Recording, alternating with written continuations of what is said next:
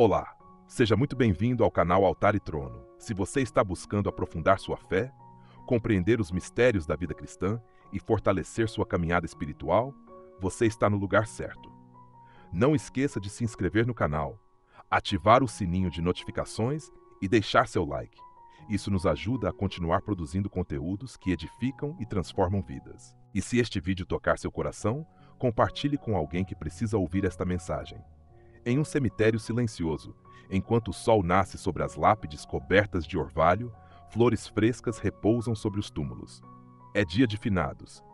Milhões de pessoas ao redor do mundo visitam seus entes queridos, acendem velas, rezam orações. Mas uma pergunta ressoa no coração de cada um que ali está. O que realmente acontece depois da morte? Onde estão aqueles que amamos? Existe algo além deste último suspiro? Existe vida após a morte? Desde o início da humanidade, a morte tem sido o grande mistério. Civilizações inteiras construíram pirâmides, templos, monumentos, tudo na tentativa de compreender ou vencer este inevitável destino. Filósofos debateram, cientistas investigaram, religiões ensinaram. Mas para nós cristãos, a morte não é um ponto final. É uma vírgula na história eterna de nossa alma.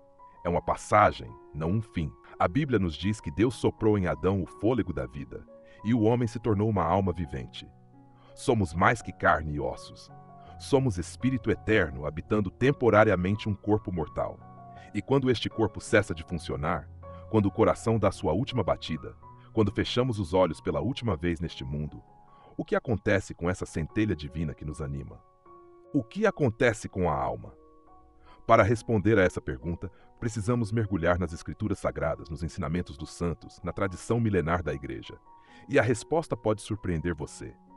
Porque a morte, para o cristão, não é o terror que o mundo imagina. É o encontro.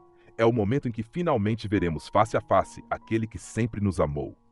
É quando a fé se torna visão. O apóstolo Paulo escreveu aos Filipenses dizendo que tinha o desejo de partir e estar com Cristo, porque isso lhe seria muito melhor. Partir. Que palavra interessante. Não disse morrer no sentido de acabar, de cessar de existir. Disse partir, como quem embarca em uma viagem.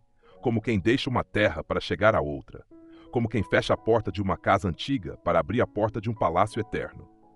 Jesus Cristo, na cruz, ao lado do ladrão arrependido, prometeu: hoje mesmo estarás comigo no paraíso. Hoje mesmo, não depois de um longo sono, não depois de séculos de espera inconsciente. Hoje mesmo, a alma do ladrão naquele exato dia estaria com Cristo. Isso nos revela algo profundo. A morte não nos leva para um vazio, não nos mergulha em um nada.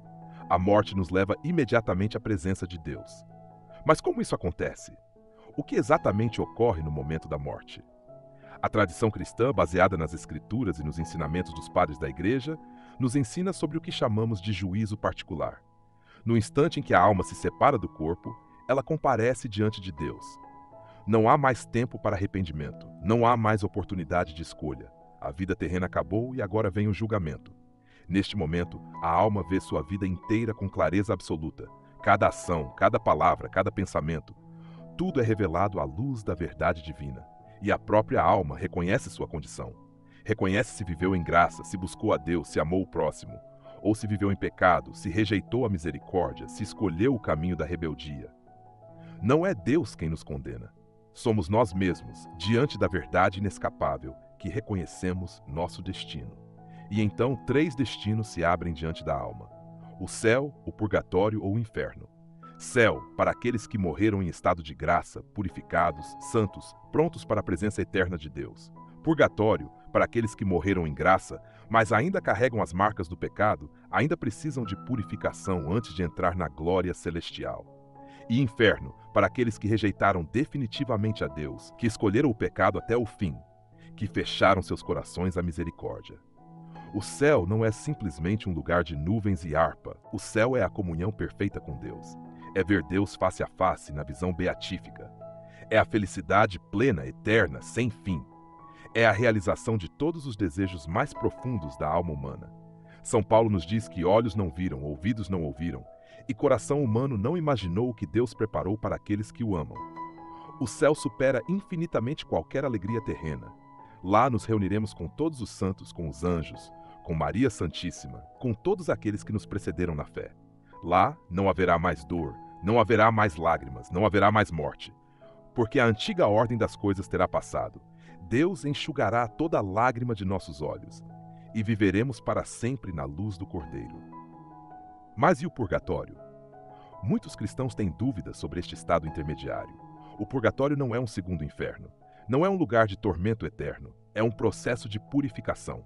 É a misericórdia de Deus permitindo que almas que morreram em sua amizade, mas ainda imperfeitas, sejam purificadas antes de entrar na glória celestial. Porque nada de impuro pode entrar no céu. Nada manchado pelo pecado pode estar na presença do Santíssimo. Imagine uma roupa suja que precisa ser lavada antes de ser vestida para um grande banquete. O purgatório é essa lavagem final. É doloroso? Sim, porque toda purificação envolve sofrimento. Mas é um sofrimento cheio de esperança, porque a alma no purgatório sabe que seu destino final é o céu. Sabe que está salva. Apenas precisa ser completamente purificada do apego ao pecado. E aqui entra a beleza da comunhão dos santos. Nós que ainda estamos vivos na terra, podemos ajudar as almas do purgatório através de nossas orações, missas, sacrifícios, esmolas oferecidas por elas.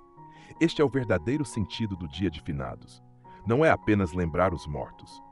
É rezar por eles. É socorrê-los espiritualmente. É exercer a caridade que transcende a própria morte. Quando acendemos uma vela no túmulo de um ente querido, quando mandamos celebrar uma missa por sua alma, quando rezamos um terço por aqueles que partiram, estamos exercendo um ato de amor profundo. Estamos ajudando-os em sua jornada rumo à plenitude da vida eterna. Estamos aliviando seu sofrimento purificador. Estamos acelerando seu encontro definitivo com Deus. E o inferno? É necessário falar sobre ele, mesmo que seja um assunto difícil. O inferno existe. Jesus falou claramente sobre ele. Não é uma invenção da igreja para assustar as pessoas. É uma realidade espiritual. É a consequência final da rejeição definitiva de Deus. Deus não manda ninguém para o inferno. São as próprias pessoas que escolhem estar eternamente separadas dele. O inferno é a ausência total de Deus. É a solidão absoluta. É o tormento de ter rejeitado o único bem verdadeiro. É o remorso eterno de ter desperdiçado a vida, de ter escolhido o pecado em vez do amor. E é eterno porque após a morte não há mais mudança possível. A escolha feita na vida terrena se torna definitiva. Mas Deus não quer que ninguém se perca. A Bíblia nos diz que Deus deseja que todos sejam salvos e cheguem ao conhecimento da verdade. Jesus morreu na cruz por cada um de nós. A porta da misericórdia está sempre aberta enquanto vivemos. Sempre há tempo para o arrependimento, para a conversão, para voltar aos braços do Pai. É por isso que a morte não deve ser encarada com desespero, mas com esperança. Sim, é natural sentir dor pela separação temporária de quem amamos. Jesus mesmo chorou diante do túmulo de Lázaro. A dor da perda é real e legítima, mas não choramos como aqueles que não têm esperança. Choramos sabendo que a separação é temporária.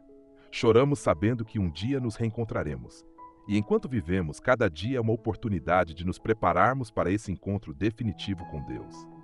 Cada dia é uma chance de crescer em santidade, de amar mais, de servir melhor, de perdoar com mais profundidade.